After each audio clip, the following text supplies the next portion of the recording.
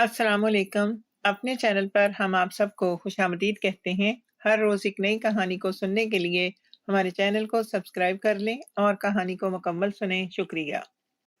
मैं हैरान और परेशान सी अपने कमरे में बैठी हुई थी। अभी थोड़ी देर पहले जो हमारे घर में तमाशा हुआ था वो मेरे औसान खता करने के लिए काफ़ी था। मेरी शादी को अभी महज 2 महीने का वक्त गुजरा था और जो हरकत मेरे ससुर ने एक औरत के साथ की थी वो मेरे कदमों तले से जमीन निकाल ले गई थी। उस औरत के घर वालों ने हमारा पूरा घर सर पर उठा लिया था।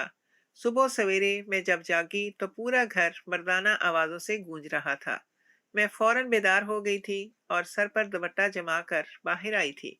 सामने ही मेरे शौहर और उनका छोटा भाई इन मर्दों से बातचीत करके मामला तय कर रहे थे, जबकि मेरे ससुर एक कोने में खामोश से बैठे हुए थे। मैं हैरान हो गई थी कि ये सब क्या माजरा है, और जैसे जैसे बात होती गई वैसे ही उन मर्दों का पारा हाई होता चला गया।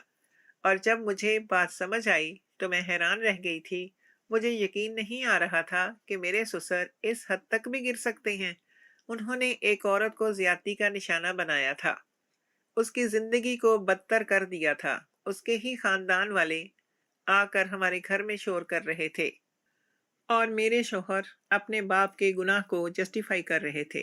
मैं हैरान थी। एक पल के लिए मेरा दिल किया कि मैं अपने शौहर को खरी खोटी सुना दूं, उनको बताऊं कि वो किस कदर गलत बात बोल रहे हैं, मगर मैंने नहीं कुछ कहा। मैं बेबस थी। अगर मैं जरा भी अपने ससुर के खिलाफ जाती तो मेरे शौहर मुझे घर से निकाल देते। हमारा पूरा घर हमारे ससुर ही चला रहे थे। उनकी ये आलीशान कोठी ही मेरे शौहर और उनके भाई का मुंह बंद करवा चुकी थी। मेरे शौहर मजीद कुछ कहते उससे पहले ही मेरे ससुर ने बेसाख्ता बोले थे, अगर इतना ही तुम लोगों को मसला पैदा हो रहा है तो मैं तुम्हारी बहन से शादी करने के लिए तैयार हूँ। मेरे घर के अंदर ज्यादा शोर शराबा करने की जरूरत नहीं है। उसको ले आओ और मौलाना को बुला लेते हैं। अभी के अभी निकाह हो जाएगा। और ये बोलकर वो ठहरे नहीं थे, बल्कि खामोशी से अपने कमरे की तरफ बढ़ गए थे, जबकि मेरे शौहर और उनका भाई भी चुप हो गया था। वो लोग भी खामोश हो गए थे। यकीनन उनकी नीयत भी तब्दील हो गई थी और सर हिलाकर वो लोग थोड़ी देर में आने का बोल कर चले गए थे। मेरे शौहर ने मुझ पर एक निगाह डाली थी और मुझे कमरे में जाने का इशारा कर दिया था। वो सब मंजर याद करके मेरी हवा खुश्क होने लगी थी। न जाने क्यों मुझे अपने इर्द गिर्द खतरा महसूस हो रहा था। ऐसा लगता था जैसे अब बहुत कुछ बुरा होने वाला है। मेरे ससुर किसी कीमत पर भी नहीं बच पाएंगे, लेकिन उनकी बेतहाशा जायदाद के सामने हर शख्स ही खामोश हो जाता था। थोड़ी ही देर गुजरी थी जब दोबारा घर में गैर मर्दों की आवाजें गूंजना शुरू हो गई थीं। यकीनन वो लोग मौलाना साहब और दुल्हन को लेकर आ गए थे। मैं अभी इसी कश्मकश में मुब्तला थी कि मैं बाहर जाऊं या नहीं। तब अचानक ही मेरे शौहर कमरे में आए थे और मुझे देखते हुए बोले थे, बाहर आ जाओ, खवातीन भी आई हैं। उन सबको तुम्हें ही संभालना है, और खबरदार जो तुमने कोई उल्टी सीधी बात की। मैं अपने शौहर को रोक कर ये तमाम माजरा पूछना चाहती थी, लेकिन वो हवा के घोड़े पर सवार थे। आए थे, हुक्म दिया था और चले गए थे। मैंने फौरन एक साफ सुथरा लिबास निकाला था और कपड़े वगैरह तब्दील करके मैं बाहर आ गई थी। मेरे शौहर के कहने के बिल्कुल ठीक मुताबिक 4 से 5 औरतें लाउंज में एक कोने में बैठी हुई थीं। उनके साथ ही एक और औरत भी थी जो सर पर घूंघट में थी। मैं उन लोगों के पास चली गई थी और सलाम दुआ करके अपना तारुफ करवाया था, जबकि वो लोग तो मुझे नफरत आमेज निगाहों से देख रही थी। और भला क्यों ना देखती, उनकी लड़की के साथ मेरे ही ससुर ने गलतकारी की थी। माफी तो किसी कीमत पर भी नहीं मिलनी चाहिए थी। थोड़ी देर बाद ही मौलाना साहब भी आ गए थे। गवाहों और मौलाना के दरमियान मेरे ससुर का निकाह एक अनजान औरत से हो गया था, जिसके साथ उन्होंने ज्यादती की थी, और अब हमदर्दी के नाम पर निकाह करके उसको सहारा दे रहे थे। मेरा बस नहीं चल रहा था कि मैं अपने ससुर और अपने शौहर को खरी खोटी सुनाऊं, मगर मैं बेइंतहा बेबस थी। मैं भी एक अच्छे घराने की लड़की थी। अगर मैं कुछ भी कहती तो मेरे शौहर मेरे साथ बुरा सलूक करते, क्योंकि शादी की पहली रात ही उन्होंने मुझे साफ लफ्जों में समझा दिया था कि वो अपने बाप के खिलाफ एक लफ्ज बर्दाश्त नहीं करेंगे। जो भी कहना है मैं उनको बोल सकती हूँ, लेकिन उनके बाप के लिए एक लफ्ज़ इस्तेमाल नहीं कर सकती। वही हमारा सब कुछ है, हमारे घर को चलाने वाले भी वही हैं। मेरी नौकरी भी उन्होंने ही लगाई है। अगर मैंने अपने बाप के खिलाफ जाकर कोई भी बात की, तो मैं खाली हाथ रह जाऊँगा। और मैं भी ऐसा नहीं चाहती थी कि मेरी इतनी आसाइशों से भरी ज़िंदगी ख़राब हो जाए। निकाह होने के बाद वो लड़की हमारे घर ही छोड़ गए थे और साथ में मेरे ससुर को खूब लान-तान करके गए थे। कहने को मेरे ससुर की उम्र 55 साल के करीब थी, लेकिन उनकी हरकतें एक 20 साल के नौजवान लड़के जैसी लग रही थीं। उन्होंने अपने आप को बहुत अच्छे से बनाया हुआ था, उनकी खुराक बहुत अच्छी थी। रोज़ाना रात के वक्त नीम गर्म दूध पीना, बादाम खाना, सुबह सवेरे डबल रोटी या पराठा खाने की बजाय वो फ्रूट खाते थे। इसके बाद जूस पीते थे। दोपहर में भी वो डाइट के हिसाब से खाना खाते थे। इसीलिए बचपन की उम्र में वो 45 के लगते थे। मैं भी लाउंज में ही बैठी हुई थी। मेरे शौहर अपने बाप से कोई बात करना चाहते थे, इसीलिए उन्होंने मुझे एक निगाह देखा था और उस औरत को मुझे बाबा के कमरे में पहुंचाने का हुक्म दे दिया था। मैं खामोशी से उस औरत के करीब आई थी। उसने घूंघट ओढ़ रखा था। मैंने उसके पास जाकर उन्हें थाम लिया था और अपने साथ उन्हें कमरे की तरफ लेकर बढ़ी थी। एक पल के लिए मेरा दिल मचला था कि मैं उस औरत से कुछ देर बातचीत करूं, लेकिन मेरी जुबान गुंग थी। मुझे जो यकीन ही नहीं आ रहा था, ये सब कुछ क्या हो रहा है। इस उम्र में मेरे ससुर की शादी हो रही थी, हालांकि शादी की उम्र मेरे देवर की थी। मैं उनको कमरे में बिठाकर जब बाहर आने लगी, तो अचानक ही उस औरत ने मेरा हाथ थाम लिया और मुझे देखते हुए बोली थी, तुम कहाँ जा रही हो? उनकी आवाज़ सुनकर मैं हैरान रह गई थी। मैंने पलट कर देखा, वो औरत मुझे उधेड़ उम्र लगी थी, लेकिन उसकी आवाज़ सुनकर मैं हैरान ही रह गई थी, क्योंकि उसकी आवाज़ किसी नौजवान लड़की की तरह लग रही थी। मैंने उसको घूंघट उठाने के लिए बोला था, और जब उसने घूंघट उठाया और मैंने उसका चेहरा देखा, तो मेरे कदमों तले से ज़मीन निकल गई थी, क्योंकि वो कोई उधेड़ उम्र औरत नहीं, बल्कि एक मासूम लड़की थी। उस लड़की की उम्र तकरीबन 25 साल थी और मैं हैरत के समंदर में गोताजन हो गई थी। मैं फटी-फटी निगाहों से उस लड़की को देख रही थी। मैं कुछ कहती, उससे पहले ही दरवाजे पर दस्तक हुई थी। मैंने पलट कर देखा, तो दरवाजे के करीब मेरे शौहर खड़े हुए, जो मुझे बाहर आने का इशारा कर रहे थे। जबकि मैं बिना कुछ भी बोले अपने शौहर के पास चली गई थी। वो मेरी कलाई थामकर कमरे की तरफ बढ़ चुके थे। मैं कमरे में दाखिल होते ही उनसे सवालिया लहजे में बोली थी, फारूक, ये सब क्या है? आपके बाबा ने ये क्या हरकत की है? आपको मालूम है, वो कोई उधेड़ उम्र औरत नहीं, बल्कि वो तो लड़की है। उसकी उम्र तकरीबन 25 से 26 साल होगी। ये सब क्या है? जबकि मेरे शौहर ने मुझे एक निगाह देखा था और यकदम बोले थे, मैंने तुम्हें शादी की पहली रात ही समझा दिया था कि तुम मेरे बाप के मामलात से दूर रहोगी। जो करते हैं वो, ये उनका फेल है। अगर उन्होंने शादी की भी है, वो भी उनकी अपनी रजामंदी है। तुम और मैं कुछ भी कहने वाले नहीं होते, इसलिए चुप रहो तो ज्यादा बेहतर है। जबकि मैं बेयकीन निगाहों से अपने शौहर को देख रही थी कि वो क्या बोल रहे हैं। मैं उनको समझाना चाहती थी कि जिसकी आप साइड ले रहे हैं वो बहुत गलत हैं। आपके बाप ने एक 25 साल की लड़की के साथ ज्यादती की है, उसकी जिंदगी को तबाह किया है। आपको सख्त एक्शन लेना चाहिए। लेकिन मेरी जुबान गुंग हो गई थी। मैं जानती थी कि अगर मैंने एक लफ्ज भी उनके खिलाफ कहा, तो मेरे शौहर मुझे अभी के अभी इस घर से निकाल देंगे। इसीलिए मैंने खामोश रहने में आफियत जानी थी। वो रात बहुत अजीब थी। मुझे रह रह कर उस 25 साल की लड़की का ख्याल आ रहा था, जो मेरे ससुर के कमरे में मौजूद थी। मेरा दिल किया कि मैं सब छोड़ छाड़ कर कहीं चली जाऊं, मगर मैं बेबस थी। मेरे अम्मी और अब्बू का इंतकाल बचपन में ही हो गया था। मेरी शादी मेरे भाइयों ने करवाई थी, जो शादीशुदा थे। उनकी बस अपनी फैमिली थी। भला मैं किस भाई के घर जाकर रात गुजारती या फिर कोई बात कहती। इसीलिए मैंने खामोश रहने में आफियत जानी थी। अगली सुबह का सूरज पूरी आबोताब से चमका था। मैं अभी कमरे से बाहर जाती, उससे पहले ही वो लड़की जिससे मेरे ससुर की शादी हुई थी, अचानक ही वो हमारे कमरे का दरवाज़ा ज़ोर-ज़ोर से पीटने लगी थी। उसकी आवाज़ नम महसूस हो रही थी, लहजा भी लड़खड़ाहट का शिकार था। मैंने हैरान होकर अपने शौहर को देखा था। वो जल्दी से दरवाज़ा کھول چکے تھے۔ سامنے ہی وہ بے بسی کی مورت بنی کھڑی ہوئی تھی۔ اس کا حال بے حال ہو رہا تھا۔ حلیہ بھی کافی اجڑا ہوا تھا۔ وہ مجھے دیکھ کر فوراً میرے پیچھے چھپ گئی تھی اور روتے ہوئے بولی تھی، مجھے اس آدمی سے بچا لو، وہ مجھے مار ڈالے گا۔ اس نے بولا ہے کہ مجھے زندہ نہیں چھوڑے گا۔ وہ ہر ایک کے ساتھ ایسا ہی کرتا ہے۔ میں مرنا نہیں چاہتی، مجھے میرے گھر جانا ہے۔ میں کہاں پھنس گئی ہوں؟ اس کی آواز گلوگیر ہو رہی تھی۔ آنکھوں سے ٹپ ٹپ آنسو بہہ رہے تھے۔ میں حیران نگاہوں سے اس لڑکی کو دیکھ رہی تھی کہ وہ بولنا کیا چاہتی ہے۔ وہ کافی گھبرائی ہوئی تھی۔ میں اس کے کندھے پر ہاتھ رکھتے ہوئے بولی، کوئی تمہیں کچھ نہیں کہے گا۔ تم اس طرح سے کیوں سوچ رہی ہو؟ تم یہاں محفوظ ہو۔ جو ہو گیا ہے ہو چکا۔ اب تم اپنی ایک نئی زندگی کا آغاز کرو۔ میں اس کو سمجھاتے ہوئے بولی تھی، جبکہ وہ میرا ہاتھ جھڑک کر باہر بھاگنے کی تگ و دو میں تھی۔ وہ کمرے سے باہر نکل کر دروازے کی طرف جاتی، اس سے پہلے ہی میرے سسر میرے کمرے کی طرف آتے ہوئے نظر آئے تھے۔ میرا تو دماغ کام کرنا ہی بند کر چکا تھا۔ میرے شوہر تو کروٹ موڑ کر ایسے سو رہے تھے جیسے یہاں پر کچھ ہو ہی نہیں رہا ہو۔ میرے سسر آتے ساتھ ہی غصہ کرتے ہوئے بولے تھے، میں نے تمہیں کہا تھا میری بہو اور بیٹے سے دور رہنا۔ تمہیں میری بات سمجھ نہیں آتی؟ ان کو غسیل انداز دیکھ کر میں حیران رہ گئی تھی۔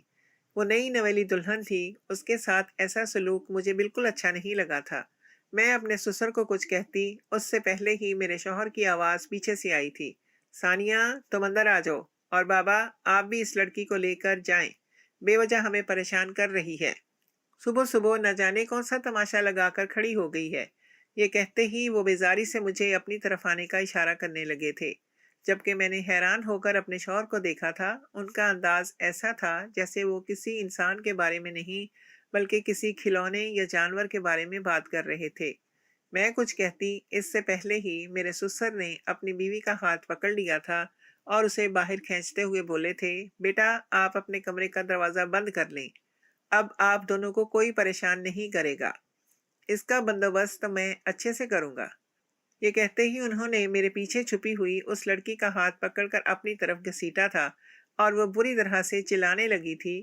میں چاہتی تھی کہ میرے کمرے کا دروازہ بند کر دوں، لیکن جس انداز میں وہ لڑکی چیخ رہی تھی، میرا دل پھٹنے کے قریب آ گیا تھا۔ نہ جانے کیوں مجھے اس لڑکی کو دیکھ کر رحم آنے لگا تھا۔ میں فوراً بھاگ کر اس کے پاس پہنچی تھی اور اپنے سسر کو دیکھتے ہوئے پریشانی سے بولی تھی، نہیں بابا اس طرح نہ کریں، لڑکی بری طرح سے ڈر رہی ہے، خدا نہ خواستہ اپنے ساتھ کچھ کر لیا تو بے وجہ ہمارے اوپر الزام تک لگ جائے گا کہ ہم نے اس لڑکی کے ساتھ کچھ غلط کیا ہے۔ ہوش سے کام لیں۔ جبکہ میرے سسر لڑکی کا ہاتھ چھوڑنے کے روادار ہی نہیں تھے۔ انہوں نے اپنی آنکھیں ماتھے پر رکھ لی تھیں۔ ان کا بس نہیں چل رہا تھا کہ وہ ابھی کے ابھی کچھ کر بیٹھے، لیکن میں تمام معاملہ سمجھ گئی تھی۔ بعض اوقات ایسے معاملات میں لڑکیاں حد سے زیادہ پینک ہو جاتی ہیں اور پھر اپنے آپ کو ہی ختم کر لیتی ہیں۔ یقیناً میرے سسر نے رات بھر اس کے ساتھ رشتہ قائم کیا تھا، تبھی وہ صبح کے وقت اس حال میں آ گئی تھی کہ بھاگ جانا چاہتی تھی۔ میرے سسر مجھے دیکھتے ہوئے ذرا سختی سے بولے تھے، بینیش آپ کو سمجھ نہیں آ رہی میں کیا بول رہا ہوں؟ آپ کمرے میں جائیں اور میرے بیٹے کے ساتھ وقت گزاریں۔ میں اس عورت کو دیکھ لوں گا۔ یہی تماشا ہوتے ہیں ان عورتوں کے، بہت اچھے سے پتہ ہے۔ اس کے گھر والوں نے جو میرے گھر میں تماشا لگایا ہے، اس کا خمیازہ اس لڑکی کو ہر قیمت پر بھرنا ہوگا۔ یہ سمجھتے کیا ہیں کہ ہم لاوارث ہیں؟ ان کے دل میں جو آئے گا وہ بولتے چلے جائیں گے اور میں سرفراز خان زادہ ان لوگوں کی باتیں سنتا رہوں گا۔ وہ کرفت سے بولے تھے، ان کے انداز میں غرور چھلک رہا تھا۔ میں مزید کچھ کہتی، اس سے پہلے ہی میرے شوہر نے آ کر میرا بازو تھام لیا تھا اور مجھے آنکھیں دکھاتے ہوئے بولے تھے، کل تمہیں جو بات سمجھائی تھی وہ تمہارے پلے نہیں پڑی۔ بابا آپ اس کو لے کر چلے جائیں، میں اسے سنبھال لوں گا۔ جبکہ وہ لڑکی چیخ رہی تھی، چلا رہی تھی، لیکن نہ میرے سسر کو رحم آیا تھا اور نہ ہی میرے شوہر کو۔ میری آنکھوں کے سامنے میرے سسر اس معصوم لڑکی کو گھسیٹ کر اندر کمرے میں لے گئے تھے اور میں کچھ نہیں کر پائی تھی، اور یہ چیز مجھے بہت تکلیف دے رہی تھی۔ میں نے اپنے شوہر کو دیکھا تھا اور غصے سے بولی تھی، بالکل بھی آپ میں انسانیت نہیں ہے۔ ایک عورت تکلیف سے تڑپ رہی ہے، وہ رو رہی ہے، ڈر رہی ہے، ہمیں چاہیے کہ ہم اس کی مدد کریں کیونکہ اس کے ساتھ غلط ہوا ہے، لیکن آپ لوگ فرعون بن گئے ہیں۔ مجھے آپ کو شوہر کہتے ہوئے شرم آ رہی ہے۔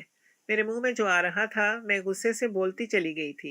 मैं मजीद कुछ कहती उससे पहले ही मेरे शौहर ने गुस्से में आकर मेरे मुंह पर एक जन्नाटेदार थप्पड़ रसीद किया था और मेरी तरफ देखते हुए बोले थे, जब बात करने का ढंग ना हो तो अपनी जुबान खोलने की भी जरूरत महसूस नहीं किया करो। जबकि मैं बेयकीन निगाहों से अपने शौहर को देख रही थी। मेरी शादी को महज 2 महीने का वक्त गुजरा था और हम दोनों मियाँ बीवी के दरमियान बहुत अच्छी दोस्ती हो गई थी, लेकिन आज अपने शौहर का ये रवैया देखकर मेरी समझ से सब बालातर था। मुझे बहुत तकलीफ हो रही थी। उनका थप्पड़ मारना मुझे बिल्कुल भी अच्छा नहीं लगा था। मैं तो इस बेचारी खातून की मदद करना चाहती थी, क्योंकि वो बहुत ज्यादा लाचार मालूम हो रही थी। लेकिन मेरे शौहर ने जो किया था वो मुझे बहुत नागवार गुजरा था। मेरा दिल किया कि मैं अभी के अभी अपने मैके चली जाऊं, लेकिन वहां जाने का भी क्या ही फायदा था। अम्मी अब्बू तो हयात थे ही नहीं, जिनके बलबोते पर मैं अपने मैके जाती। मैं चुप हो गई थी। मैंने अपने शौहर से बिल्कुल बातचीत बंद कर दी थी और खामोशी से लाउंज में ही बैठ गई थी, जबकि वो मुझ पर एक नफरत भरी निगाह डालकर कमरे में चले गए थे। मेरे जिस्म का रुआं रुआं कांप रहा था। मुझे बहुत रोना आ रहा था। कल से जो अब तक मेरी जिंदगी में हो चुका था वो मुझे बहुत ज्यादा तकलीफ दे रहा था। थोड़ी ही देर गुजरी थी जब मेरे शौहर दोबारा कमरे से बाहर आए थे और मुझे देखते हुए बोले थे, यहाँ ना बैठो, कमरे में चलो। अगर वो लड़की दोबारा आ गई तो तुम पर दोबारा हमदर्दी का भूत सवार हो जाएगा, और मैं नहीं चाहता कि तुम्हारी वजह से मेरे बाबा मुझसे नाराज हो जाएं। उनकी बात सुनकर मेरा दिल किया था कि मैं खड़ी होकर उन्हें खूब सुनाऊं कि आप में इंसानियत क्यों नहीं है, आपको अचानक से हो क्या गया है। मगर मुझे ये सब करना भी बेकार ही लग रहा था, क्योंकि मेरे शौहर तो बिल्कुल भी किसी शय का ख्याल नहीं कर रहे थे। मैं खामोशी से अपनी जगह से खड़ी हुई थी और अपने कमरे में चली गई थी। मैं किसी अजनबी की वजह से अपना घर बर्बाद नहीं करना चाहती थी, लेकिन मुझे बहुत रोना आ रहा था। मेरे शौहर को इस तरह मेरे मुंह पर थप्पड़ नहीं मारना चाहिए था। यही सोचकर मैं गहरी नींद में चली गई थी। वक्त धीरे धीरे गुजरने लगा था। आज इतवार का दिन था, इसीलिए सब दोपहर इसीलिए सब देर से जागे थे। मैं भी खामोशी से बिस्तर पर ही पड़ी रही थी। तकरीबन 1 बजे के दरमियान मेरे शौहर मेरे करीब आए थे। मैं खामोशी से सोई हुई थी जब अचानक उन्होंने पेट पर हाथ लपेटा था और मुझे अपनी तरफ घसीटते हुए मोहब्बत से चूर लहजे में बोले थे, मेरी जान, मुझे माफ कर दो, मैं तुम पर हाथ उठाना नहीं चाहता था, बस गुस्से में उठ गया था। उनकी मीठी सरगोशी मेरे दिल को धड़का चुकी थी। मैंने नजर घुमाकर देखा तो वो मुझे बहुत मोहब्बत पाश निगाहों से देख रहे थे। दिल किया कि मैं उनसे खूब लड़ूं, मगर मैं न जाने क्यों नहीं लड़ सकी और मुझे रोना आ गया था और मैं उनके ही सीने से लगकर रोना शुरू कर चुकी थी। वो मुझे बहुत प्यार से संभाल रहे थे। उन्होंने मेरे माथे पर एक मोहब्बत भरा बोसा दिया था और चंद पल में ही वो मुझे अपने साथ लगाकर किसी और ही दुनिया में पहुंच गए थे। मैं अपने शौहर से बहुत प्यार करती थी। जिस पल उनका रिश्ता आया था उस दिन मैं बहुत खुश हुई थी। मेरे शौहर देखने में बहुत खूबसूरत थे। उन लोगों की ज़ात पठान थी और पठान अल्लाह ताला की तरफ से खूबसूरती ही लेकर आते हैं। वक्त गुजरने लगा था। मैं अपने शौहर के साथ तकरीबन दोपहर के 3 बजे कमरे से बाहर आई थी। मुलाजिमा पहले ही नाश्ता तैयार करके बैठी हुई थी, मगर सामने का मंजर देखकर मेरी रूह परवास होने के दर पर आ गई थी। मुझे यकीन नहीं आ रहा था कि मेरे ससुर इस हद तक गिर सकते हैं। उनकी बीवी उनके कदमों में बैठी हुई थी और वो सोफे पर बैठे अपना मोबाइल इस्तेमाल कर रहे थे। उस लड़की का हाल बेहाल हो रहा था। आंखों से तवातर से आंसू बह रहे थे। मुझे बहुत अजीब महसूस हुआ था। मैंने अपने शौहर की तरफ देखा था, जबकि वो मुझे देखकर सरनफी में हिलाने लगे थे, जिसका साफ मतलब था कि मुझे एक लफ्ज अदा नहीं करना है। मैंने भी खामोशी इख्तियार कर रखी थी। मैं बेवजह किसी और के मामलात में दखल अंदाजी करके अपनी जिंदगी को बर्बाद करना नहीं चाहती थी। सुबह ही इस लड़की की वजह से मेरे शौहर ने मेरे मुंह पर थप्पड़ मारा था। हालांकि हम दोनों मियाँ बीवी के दरमियान इस कदर दोस्ती हो गई थी कि मुझे ऐसा गुमान होता था कि हम दोनों के दरमियान कभी तल्ख कलामी भी नहीं होगी। मगर जो वाकया सुबह मेरे साथ पेश आ गया था वो मुझे सख्त दिल बना चुका था।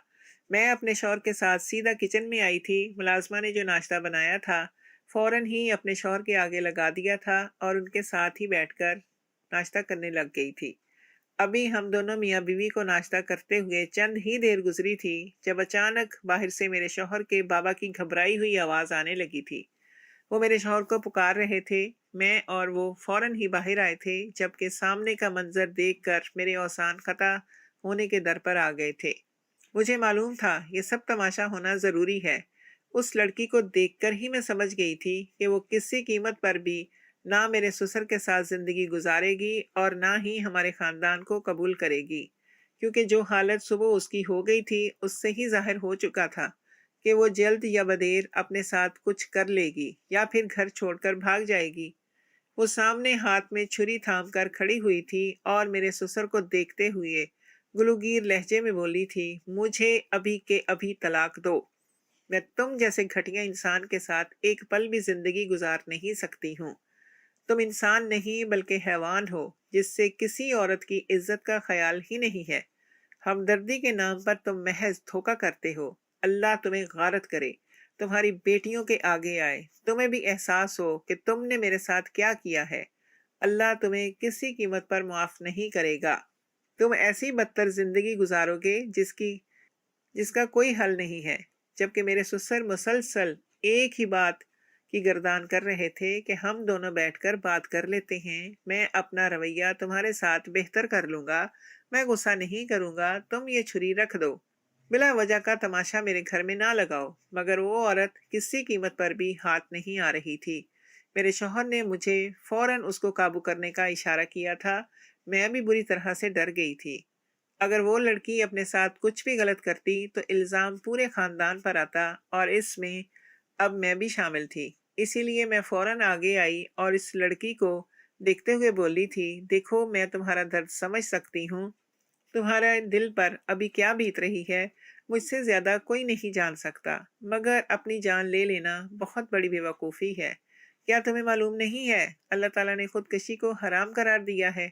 اگر تم یہ حرکت کر کے مر گئی تو اللہ تمہیں جہنم رسید کر دے گا، اسی لیے ہوش سے کام لو۔ میری بات سن کر وہ تڑپ کر بولی تھی، بہت خوب، اس رب نے مرنا حرام کیا اور اسی کے بندوں نے جینا حرام کر دیا۔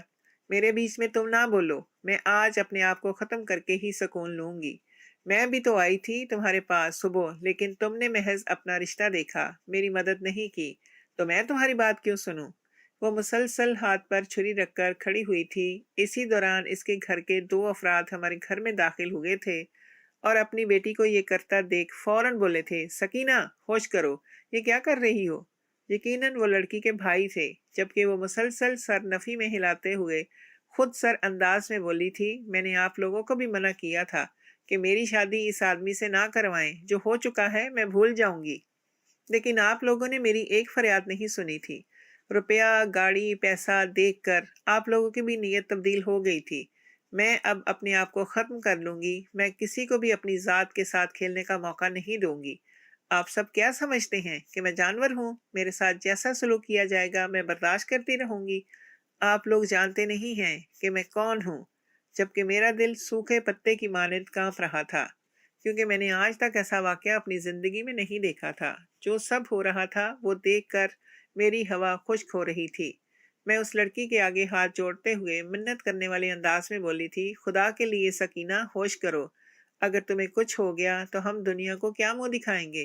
لڑکی، عقل سے کام لو، تمہاری موت سے کسی کو کوئی فائدہ نہیں ہوگا، چند پل کا سوگ منایا جائے گا اور پھر سب اپنی زندگی میں مگن ہو جائیں گے، اسی لیے تم یہ قدم نہ اٹھاؤ۔ اگر تمہیں میرے سسر کے ساتھ نہیں رہنا تو تم طلاق لے لو، لیکن ایسا مت کرو۔ جبکہ وہ لڑکی مسلسل سر نفی میں ہلا رہی تھی۔ اس کی بس ایک ہی گردان تھی کہ مجھے ابھی طلاق دی جائے ورنہ میں اپنی کلائی کاٹ لوں گی۔ اس کے انداز سے صاف معلوم ہو رہا تھا کہ اگر میرے شوہر یا میرے سسر کچھ بھی کہتے تو وہ لڑکی اپنے ساتھ کچھ کر لیتی۔ اس کے بھائی اس کو سمجھا رہے تھے، اس کو قابو کرنے کی کوشش کر رہے تھے، لیکن وہ مزید بگڑتی جا رہی تھی۔ تھک ہار کر اس کے بھائیوں نے میرے سسر کی طرف دیکھا تھا اور صاف کوئی سے بولے تھے کہ اب آپ اس کو طلاق دے دیں، ہم اس کو اپنے ساتھ لے جائیں گے، ہم اپنی بیٹی ختم نہیں کروانا چاہتے، تم نے جو بھی کیا تمہارے ساتھ اب اللہ ہی انصاف کرے گا، جلدی سے طلاق دو، کہیں ہماری بیٹی اپنے آپ کو ختم نہ کر لے۔ मैं हैरान और परेशान निगाहों से ये सब कुछ देख रही थी। फिर वही हुआ जो मेरे ससुर ने वो 3 अल्फाज अदा कर दिए थे, जिसके बाद सब कुछ खत्म हो गया था। कहते हैं जब जमीन पर तलाक होती है तो पूरा अर्श हिल जाता है। मेरा दिल पूरी तरह से धड़क रहा था। ये अल्फाज मेरी रूह चीर देने के लिए काफी थे। सकीना को जैसे ही तलाक हुई थी, उसने उसी पल अपनी कलाई को काट लिया था और बंद होती आंखों से बोली थी, मेरा अब यहाँ कोई नहीं रहा। ना ये मुआशरा मुझे कबूल करेगा और ना ही मेरे अपने घर वाले मुझे कबूल करेंगे। मैं अगर घर भी चली गई तो मुसलसल सारी जिंदगी मुझे ताने दिए जाएंगे। इसलिए बेहतर है कि मैं अपने रब के पास चली जाऊं। फी अमानिल्लाह। ये कहते ही उसने कलमा शहादत पढ़ा था और आंखें बंद कर ली थी। मेरे जिस्म का रुआं रुआं कांप रहा था। मैं चीखकर अपने शौहर के हाथों में ही बेहोश हो गई थी, क्योंकि मेरे लिए ये सब कुछ काफी हैरान कुन था। मेरी आंख थोड़ी देर बाद अपने शौहर की बाहों में ही खुली थी। वो लोग बुत की मानद अभी तक सकीना को देख रहे थे कि अचानक से हमारे घर में ये कैसा तूफान आया है। चंद पल बाद सकीना के घर वाले होश में आए थे और उसको झंझोड़ कर उठाने की कोशिश कर रहे थे, लेकिन ये मुमकिन नहीं था। एक तरह से एक चीज़ बहुत अच्छी हुई थी कि मेरे ससुर ने उनके भाइयों के सामने ही तलाक दे दी थी। उसके बाद ही सकीना ने खुदकशी करके अपनी जान ली थी। इस तरह मेरे ससुर बहुत आराम से इस केस से बाइज्जत बरी हो गए थे। सकीना के घर वाले अपनी बेटी की लाश को उठाकर अपने घर चले गए थे, लेकिन मेरे लिए ये वाकया रूह चीर देने के लिए काफ़ी था। मुझे दिल से बहुत अफसोस हो रहा था। उस लड़की के साथ ऐसा नहीं होना चाहिए था। मुझे बार बार उसकी वो तड़प याद आ रही थी जिस पर उसने आकर मुझसे फरियाद की थी कि मुझे इस आदमी से बचा लो, ये मुझे मार देगा। मुझे भी जब वो लम्हा याद आता था तो मेरी आंखें भर आती थीं। काश अगर मैं उस वक़्त उसकी मदद कर लेती और उसको अपने ससुर के हवाले ना करती तो क्या पता वो लड़की बच जाती। लेकिन शायद यही उसके नसीब में लिखा हुआ था। और कहते हैं ना, जो नसीब में लिख दिया जाए वो कोई तब्दील नहीं कर सकता था। वक्त धीरे धीरे गुजरने लगा था। मैं हंसना बोलना भूल गई थी। ऐसा लगता था जैसे वो लड़की नहीं बल्कि कोई आसेब थी जो मेरी सारी खुशियां लेकर चली गई थी। मेरे शौहर मुझसे बातचीत करते थे, मेरा दिल बहलाने की कोशिश करते थे, लेकिन मेरे मुंह से एक लफ्ज नहीं अदा होता था। मैं बस खामोशी से बैठी अपने शौहर को देखती रहती थी। ये मेरी जिंदगी में अचानक से कैसा अजाब आया था, मैं खुद नहीं जानती थी। वक्त धीरे धीरे गुजरने लगा था और तकरीबन पूरा महीना ही मुझे अपने आप को संभालने में लग गया था। इस दौरान मेरे शौहर ने मेरा बहुत साथ दिया था। लम्हा बलम्हा उन्होंने मुझे अपनी आगोश में समेटा था। कहते हैं जब औरत की तबीयत खराब हो जाती है तब कई मर्द अपनी बीवी को उसके मैके भेज देते हैं, लेकिन मेरे शौहर ने ऐसा कुछ भी नहीं किया था। बल्कि उन्होंने मुझे अपने सीने से लगाया था। उन्होंने कहा था कि मैं तुम्हारे साथ आखिरी दम तक हूँ। तुमने परेशान नहीं होना। जिंदगी में उतार चढ़ाव आता रहता है। अगर इस उतार चढ़ाव को हमने पास कर लिया तब ही हमारी जीत है, और अगर हम इस इम्तिहान में फेल हो गए तो हमेशा जिंदगी में रोते ही रह जाते हैं। आज पूरे 1 महीने के बाद मैं खुलकर मुस्कुराई थी और अपने शौहर के साथ बाहर घूमने के लिए चली गई थी।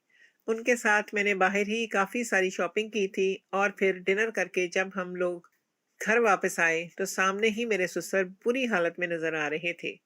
मेरे शौहर शायद उन्हें देखते ही उनकी हरकत को पहचान गए थे, इसलिए उन्होंने मुझे फ़ौरन कमरे में जाने का हुक्म दिया था और मेरे ससुर को पकड़कर वो एक कोने में ले गए थे। मुझे बिल्कुल समझ नहीं आ रहा था कि उनके साथ हुआ क्या है। एक पल के लिए मेरे दिल में ये गुमान भी आया था कि कहीं मेरे ससुर ने दोबारा वही कारनामा अंजाम ना दे दिया हो। बाज़-औक़ात कहते हैं ना, सोचा हुआ सच निकल ही आता है। थोड़ी ही देर बाद मेरे शौहर कमरे में आए तो उनके कंधे झुके हुए थे।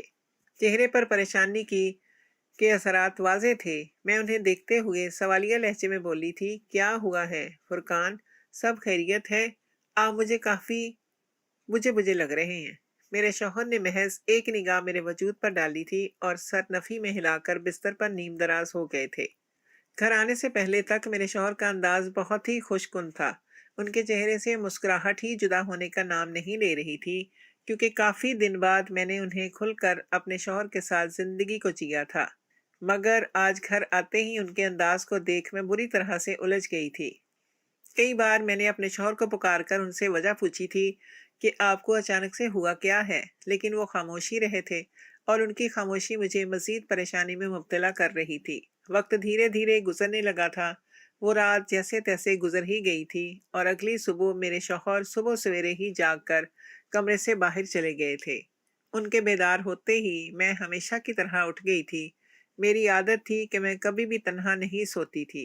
मैं फौरन ही उठकर बैठ गई थी और उनके साथ ही कमरे से बाहर आई थी, जबकि वो मुझे कमरे में जाने की हिदायत करके न जाने कहाँ चले गए थे। मैं नहीं जानती थी। अब मैं उठ ही गई थी तो मैंने नाश्ता करने के बारे में ही सोचा था, लेकिन अभी मैं किचन में जाती इससे पहले ही हमारे घर के दरवाजे के बाहर अजीब सा शोर होना शुरू हो गया था। ऐसा लगता था जैसे दरवाजे पर कोई पत्थर मार रहा है और गार्ड्स उन्हें चीख चीख कर भगाने की कोशिश कर रहा है। मेरा दिल किसी ने मुट्ठी में जकड़ लिया था। फौरन ही मेरे ससुर और देवर अपने कमरों से बाहर आ गए थे और दरवाजे की तरफ बढ़े थे।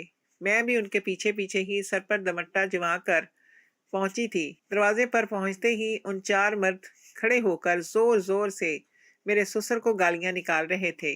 मैं तो हैरान ही रह गई थी कि ये सब कुछ क्या हो रहा है, जबकि मेरे ससुर बुलंद आवाज में बोले थे, हमारे घर के सामने शोर करने की जरूरत नहीं है। जो भी बात करनी है घर में आकर कर सकते हो। अगर तुम लोगों ने मजीद मेरे दरवाजे पर तमाशा लगाया तो मैं अभी के अभी पुलिस को बुलाकर तुम सबका हशर नशर कर दूंगा। तुम लोग अभी मेरी ताकत से वाकिफ नहीं हो।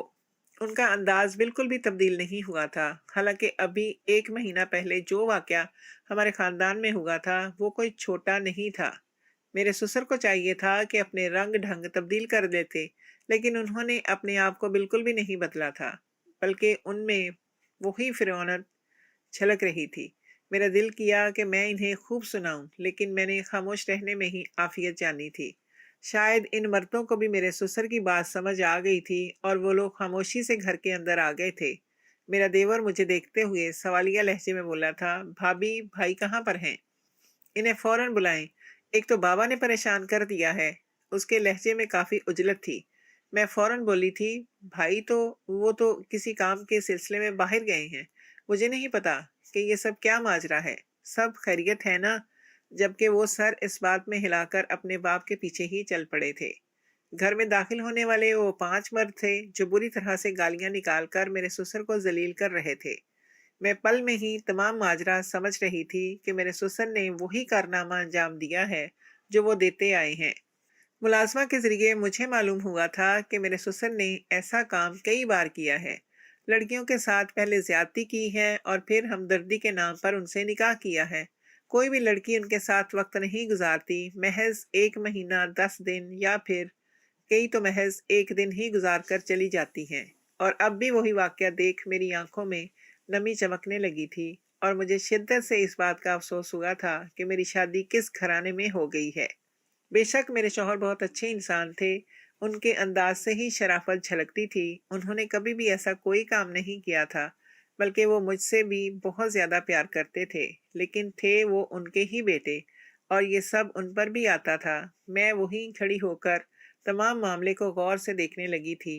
मेरे ससुर ने इस बार एक यतीम बच्ची के साथ ज्यादती की थी जिसकी उम्र महज 15 साल थी और वो हाफिज कुरान थी। मेरी आंखों में नमी चमकने लगी थी। मेरा दिल शिद्दत तकलीफ से फटने के करीब आ गया था। एक लड़की ही दूसरी लड़की का दर्द समझ सकती है। खुदा ना खास्ता अगर उस लड़की की जगह मैं होती तो मेरे दिल पर क्या गुजरती। मैं खामोशी से अपने कमरे में आकर ज़ारों की तार आंसू बहाने लगी थी। हमेशा की तरह मेरे ससुर ने हमदर्दी दिखाकर उस 15 साल यतीम लड़की से निकाह कर लिया था और उसको ब्याह कर घर ले आए थे। मैंने जब उस 15 साल लड़की को देखा तो मेरा दिल इतना अजीब हो गया था जिसकी कोई हद नहीं थी। बच्ची काफी मासूम लग रही थी। उसने सफेद लिबास पहन रखा था। सर पर लाल दुपट्टा ओढ़कर वो मेरे ससुर के साथ घर में दाखिल हुई थी। आज तो मेरे ससुर की मुस्कुराहट ही चेहरे से जुदा होने का नाम नहीं ले रही थी। थोड़ी देर बाद मेरे शौहर भी घर आ गए थे और उनके चेहरे पर मौजूद तासरात से ही मैं समझ गई थी कि वो सब जानते हैं। वो अपने बिजनेस के सिलसिले में किसी से मुलाकात के लिए गए थे। रात में ही मेरे ससुर ने अपने बेटे को अपनी तमाम कारस्तानी बता दी थी और मेरे शौहर हमेशा की तरह अपने बाप की तरफ ही थे। مگر اس بار شاید قدرت میرے سسر کی طرف نہیں تھی، کیونکہ جس لڑکی کے ساتھ انہوں نے زیادتی کی تھی وہ کوئی معمولی نہیں تھی۔ ایک تو وہ یتیم تھی، دوسری وہ اللہ کی نیک بندی حافظ قرآن تھی۔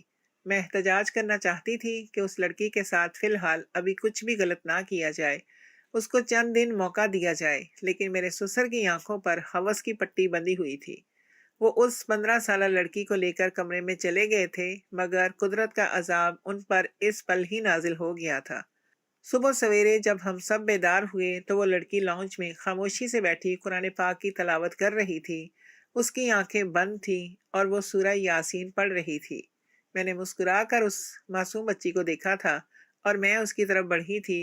میں اس سے سوالات کرنا چاہتی تھی، لیکن اس نے میری طرف دھیان بھی نہیں دیا تھا۔ پوری سورہ یاسین پڑھ لینے کے بعد اس نے آنکھیں کھولی تھیں اور میری طرف دیکھتے ہوئے بولی تھی، جا کر اس انسان کی حالت دیکھ لو، کہیں ختم نہ ہو گیا ہو۔ اس کا انداز بہت عجیب تھا۔ میرے شوہر بھی کمرے سے باہر آ گئے تھے اور اس لڑکی کی بات سن کر دیوانہ وار کمرے کے اندر بھاگے تھے۔ میرے سسر کو فالج کا اٹیک ہوا تھا اور وہ اس قدر خطرناک تھا کہ وہ اس پر ہی موت کی وادی میں گم ہو گئے تھے۔ میں اپنے منہ پر ہاتھ رکھ کر بے یقین نگاہوں سے ان کی حالت کو دیکھ رہی تھی۔ ان کا پورا جسم اکڑ گیا تھا۔ میرا اللہ بہت مہربان ہے۔ میں اللہ کی قدرت پر حیران تھی۔ بے شک جب اللہ عذاب نازل کرنے پر آتا ہے تو اگلے کو معاف نہیں کرتا۔ اس نے جب تک رسی دراز کر رکھی ہوتی ہے تب تک انسان اپنی مرضی کرتا ہے، اور جب اللہ رسی کھینچنے پر آتا ہے تو انسان کتنی ہی توبہ کر لے، وہ رب العالمین معاف نہیں کرتا۔ میرا شوہر، میرا دیور سب پریشان ہو گئے تھے کہ یہ کیا ہوا ہے۔ ڈاکٹرز نے بہت ہی حقیرانہ انداز میں کہا تھا، یقیناً اس انسان نے کچھ اپنی زندگی میں ایسا کیا ہے جب ہی اس کے اوپر اس طرح کا عذاب نازل ہوا ہے۔ میں اللہ کی قدرت پر حیران تھی۔ وہ لڑکی ہمارے ہی گھر میں رہنے لگی تھی۔ میرے شوہر یا دیور نے ایک لفظ اس لڑکی کو نہیں کہا تھا، کیونکہ اس کو دیکھ کر ہی ہم سمجھ گئے تھے کہ وہ کوئی معمولی لڑکی نہیں، بلکہ اللہ تعالیٰ کی طرف سے بھیجی ہوئی کوئی فرشتہ ہے۔ وہ ہر وقت اللہ کی عبادت میں مشغول رہتی تھی، اور میں بھی اپنے حق میں دعا ہی کرتی رہتی تھی کہ میرے شوہر میرے سسر جیسے نہ ہوں، کیونکہ ان کا جو آخری وقت پر حال ہوا تھا وہ یاد کر کے آج بھی میرے رونگٹے کھڑے ہو جاتے ہیں۔ بے شک اللہ تعالیٰ ہر شے پر قادر ہے۔